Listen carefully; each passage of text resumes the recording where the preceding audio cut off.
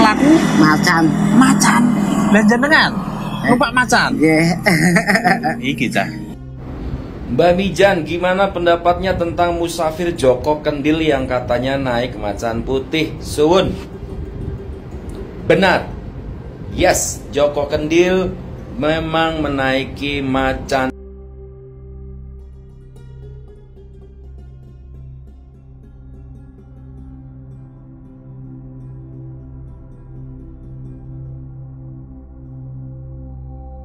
Assalamualaikum warahmatullahi wabarakatuh. Subscribe dan juga loncengnya ditekan biar nggak ketinggalan video berikutnya. Ya, ada lagi yang lagi viral, yaitu Joko Kendil ya. Memang di Indonesia itu mudah sekali hal-hal yang berbaur supranatural, klinik, mistis viral di Indonesia karena peminatnya banyak. Oleh karena itu tidak bisa dipungkiri bahwa di Indonesia konten yang sangat menjanjikan yaitu konten yang berbaur mistis, entah itu di TikTok, di YouTube, Instagram, dan lain-lainnya. Jadi kalau ngelihat ada orang yang sedikit berbeda, tinggal di videoin, dikasih narasi, ini adalah orang sakti, ini adalah titisannya siluman ini. Apalagi yang di videoin ngaku ya bahwa saya adalah titisannya siluman ini, saya adalah waliullah. Itu cepet loh viral di Indonesia karena memang peminatnya banyak.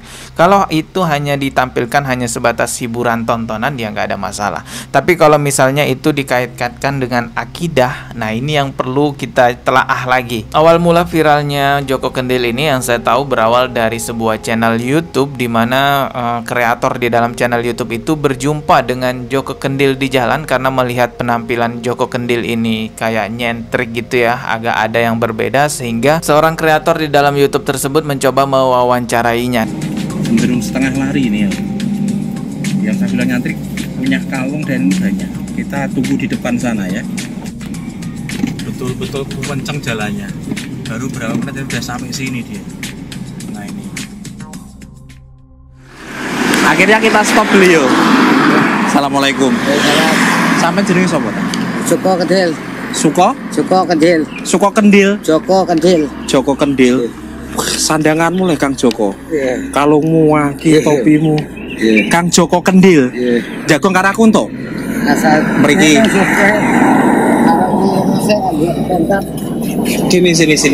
Sini. Sampean mau kemana? Temuryo. Muryo. Nggih. Imu kondi jenengan? Kok Indonesia jangkung. Dari Sejangkung. Nggih. Wong Sejangkung iki arep ning Muryo. Nggih. Jebuk tongkat. Nggih. Tongkat ning ngene sapa? Kayu tak tinggal nang air tiga rasa. Rejenu.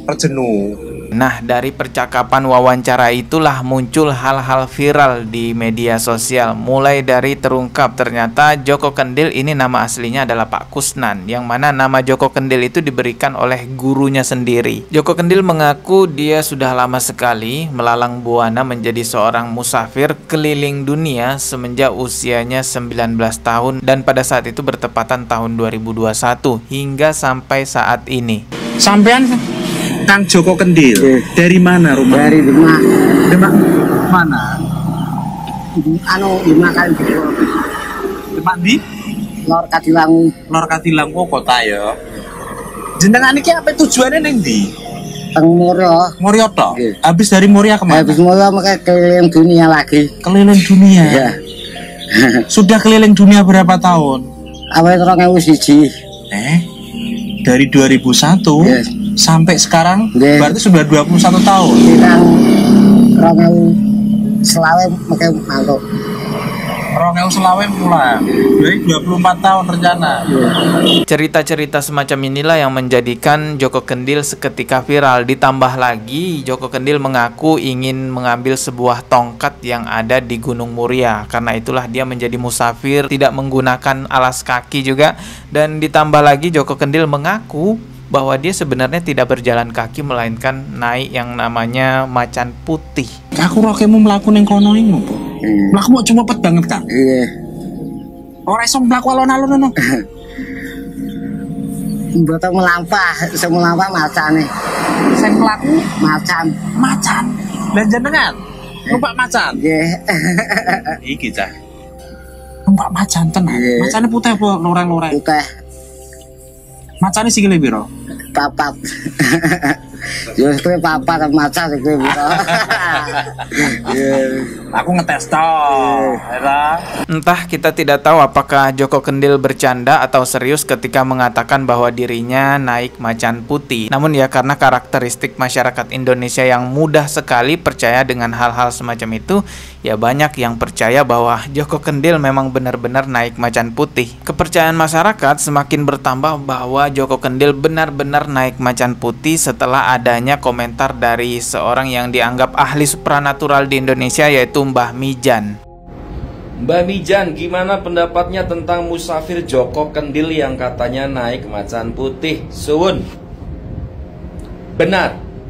Yes, Joko Kendil memang menaiki macan putih. Kalau saya menyimak hal semacam ini lebih berhati-hati ya, karena kita sudah diingatkan di dalam agama kita bahwa percaya dengan perkataan dukun ya, baik itu ramalan, terawangan dan segala macamnya ya, berbaur hal-hal goib supranatural gitu, itu bisa berpotensi kita menjadi kufur. Hanya karena kita suka dengan perkara yang lagi viral saat ini, kita rela iman kita menjadi hilang, kita rela menjadi kufur. Nauzubillah, jangan sampai. Mungkin yang dimaksud macan putih yang dikendarai oleh Joko Kendil adalah jin khodam gitu ya. Ada beberapa orang yang punya jin khodam, entah itu warisan dari nenek moyangnya atau memang dia sendiri yang menghadirkan itu dengan menggunakan ataupun melakukan ritual-ritual tertentu.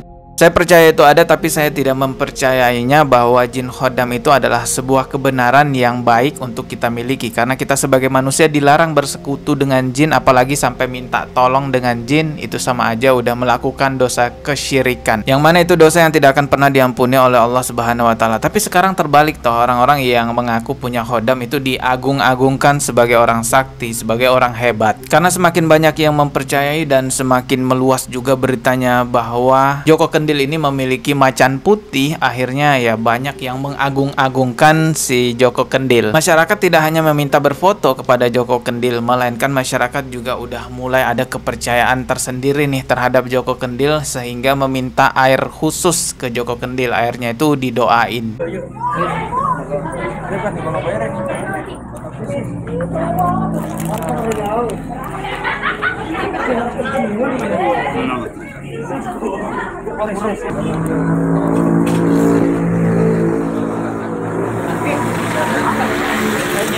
Kontak lagi.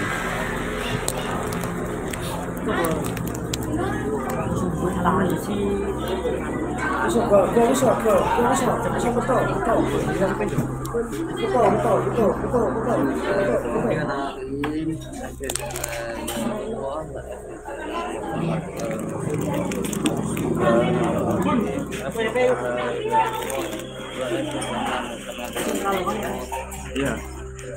Dalam Sapuro. Sapuro. Iya. Wala Muhammad ping 61 apa nikah ping Wanda.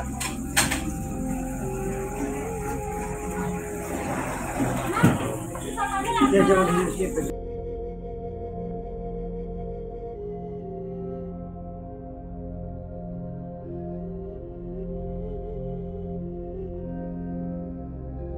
Mungkin maksudnya orang-orang yang meminta air itu adalah air ruqyah, yang mana memang sebuah air jika dibacakan beberapa ayat-ayat tertentu di dalam Al-Quran, dipercaya air itu bisa menyembuhkan penyakit. Karena memang Al-Quran diturunkan bukan hanya sebagai syariat agama Islam ya, bukan hanya petunjuk saja, melainkan juga asyifa, yaitu penyembuh atau penawar penyakit. Tapi penyembuhan metode ruqyah itu juga ada syar'inya ya, tidak sembarangan, harus sesuai dengan sunnah. Dan yang perlu dipahami adalah penyembuhan dengan metode ruqyah itu berdoa kepada Allah Subhanahu wa Ta'ala. Jadi ya kita berharap kesembuhannya ya dari Allah Subhanahu wa Ta'ala. Jangan sampai salah paham meminta air ruqyah kepada Joko Kendil, berharap agar khodamnya Joko Kendil itu yang menyembuhkan. Karena sebelumnya kan Joko Kendil itu viral karena dianggap ada khodam macan putih yang dia tunggangi. Kalau seandainya Joko Kendil tidak diviralkan dengan adanya macan putih yang dia tunggangi, dengan adanya kesaktian-kesaktian lainnya lah ya, tongkat ini dan tongkat itu, apakah orang-orang tetap akan meminta air ruqyah kepada Joko Kendil? Ya inilah yang saya khawatirkan ya, nantinya orang-orang malah percaya kepada khodamnya Joko Kendil daripada percaya kepada Allah Subhanahu Subhanahu wa Ta'ala. Ini bahayanya kalau misalnya khurafat disandingkan dengan agama. Sebenarnya ada juga pesan-pesan dakwah yang disampaikan oleh Joko Kendil ya. Contohnya mengatakan bahwa ojo edan awae edano marang Gusti Allah. Terus mengatakan juga harus banyak-banyak bersalawat dalam hati ya. Terus-terus bersalawat maksudnya dalam hati. Ojo piye? Ojo edan awake kuting edano marang Gusti Allah. Ojo edan awake edan marang Gusti Allah. Ngono. Iki piye Mas? Ojo edan awake, jangan Nang ati selawatan terus. Oh, di hati harus sholawatan. Iku ajarannya Romo. Kiai. Romo yang ngerti gitu.